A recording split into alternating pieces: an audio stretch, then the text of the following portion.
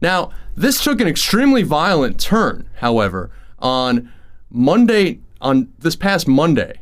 And what occurred was essentially in some kind of a firefight overnight in a struggle with Muslim Brotherhood supporters or their sympathizers, the Egyptian military opened fire, killing some 51 unarmed protesters. Some believe that they were armed. Other eyewitnesses, according to the New York Times, showed that they were armed only after being fired upon, and that these people included, at this point, perhaps some women and children. Now, the military and the police tried to frame this and say that these were people that fired on the military first, but those accounts are uncorroborated. They're also trying to use it as an excuse to say that these were extreme, violent people all along.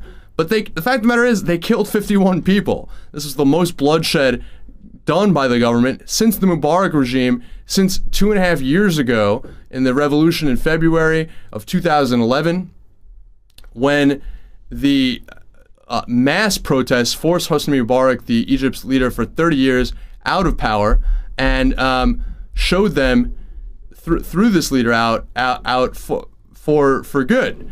And that was an extremely important event. But I gotta bring in David Shuster here, and I want to talk to him a little bit because we're having trouble getting our reporter Alice Fordham from the National.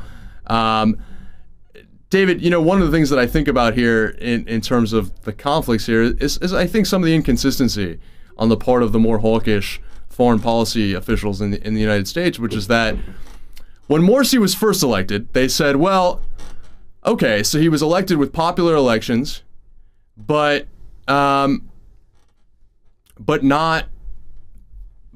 not all you need for a liberal democracy. You need rule of law. You need respect for people's rights. And then when the military coup came to power against the law, against Egypt's constitution, suspending the constitution, they were essentially people are saying, well, they're following the will of the Egyptian people. So it's like you can't have it both ways. Either you're in favor of liberal democracy, which includes popular elections and the rule of law and respect for minorities and respect for the Constitution and everything like that, or it doesn't. But you can't support it one way and then say, well, the military coup is following the will of the people here, even though hasn't been an election called, and the other way. I mean, it seems like there's a complete double standard here for the military. What do you think, David?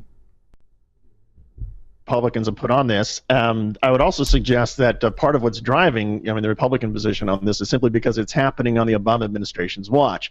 And the Obama administration is doing what diplomats and administrations do when things are fluid, and that is not saying very much, saying generally we support the people and we need to have the right processes in place. And so the Obama administration is not antagonizing anybody. They're really not taking much of a stand. They're just waiting back and seeing how this is going to play out. And as a result, you have Republicans grasping at straws to try to figure out some way to pummel President Obama, or to criticize his foreign policy, or to say the United States didn't do enough to prop up the Egyptian street, or did not do enough to protect Morsi or protect the rule of law and help Egypt in terms of its democratic processes. But so much of this, viewed at least in terms of American politics, is really not so much are Republicans or anybody really being consistent about Egypt. It's more, you can sort of follow this as, well, Republicans are going to take whatever position they can that attacks President Obama and criticizes him and blames this president for somehow helping to sow unrest and instability in the Middle East, which is then causing oil prices, and that therefore, you follow the Republican argument.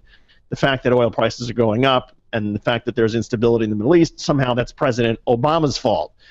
That's the argument. That's the logic Republicans like to use. I don't think most Americans will see it that way. Yeah, David. I mean, I think that one of the interesting things here is just how much there may be blowback within Egypt. It was fascinating to me to see that there were actually people in Egypt saying that President Obama, the Obama administration, and many Americans, including CNN, was under attack for even calling this a military coup. That many people who supported Morsi's ouster in Egypt were essentially saying, don't call this a coup because we wanted it. Now, I mean, I don't know. I mean, that's kind of like, well, you didn't force early elections. Some people wait that stuff out.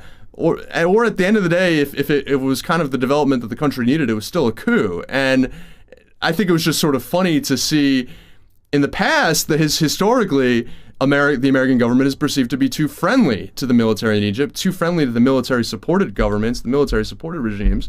And here they're being called too sympathetic to the Muslim Brotherhood. That seems kind of comical to me.